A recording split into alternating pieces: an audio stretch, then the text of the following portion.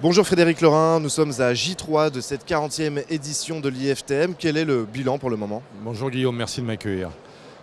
Écoutez, traditionnellement, c'est à la fin du bal qu'on paye les musiciens, donc je ne vous donnerai pas les chiffres définitifs puisque je ne les ai pas moi-même.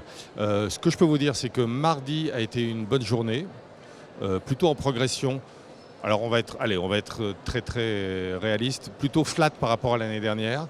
En revanche, la journée d'hier était une très très bonne journée et là on a connu une belle progression. Donc il reste juste à espérer que ça continue aujourd'hui. Vendredi, vous le savez tous et on le sait tous, c'est une journée traditionnellement beaucoup plus calme. Mais je pense que là on tient une belle édition du point de vue de la fréquentation. Le club affaires semble assez dynamique, il y a des nouveaux entrants.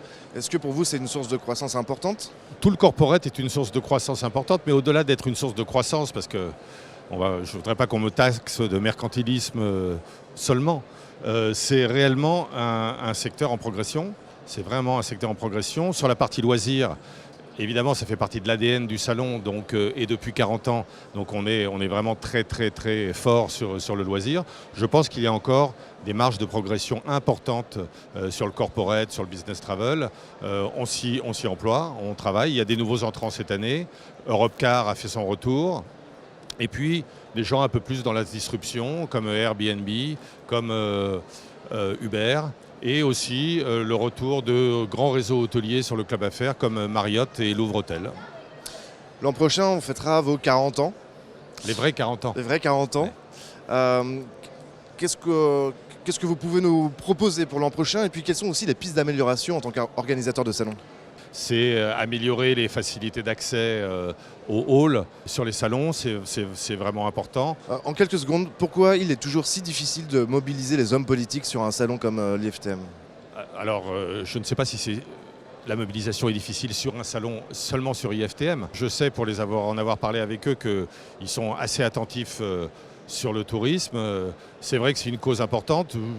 Je rappelle toujours ce que tout le monde rappelle à longueur d'année, que c'est 8% du PIB, que c'est 2 millions d'emplois et que de ce point de vue-là, on devrait y apporter une importance plus importante. Après, je comprends qu'il puisse y avoir des contraintes d'agenda et des choses incontournables comme l'Assemblée générale des Nations Unies cette année.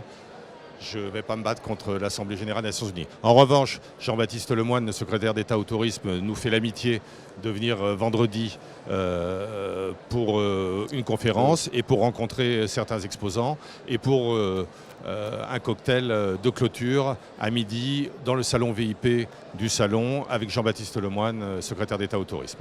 Merci beaucoup Frédéric Lorrain. Merci, à voir.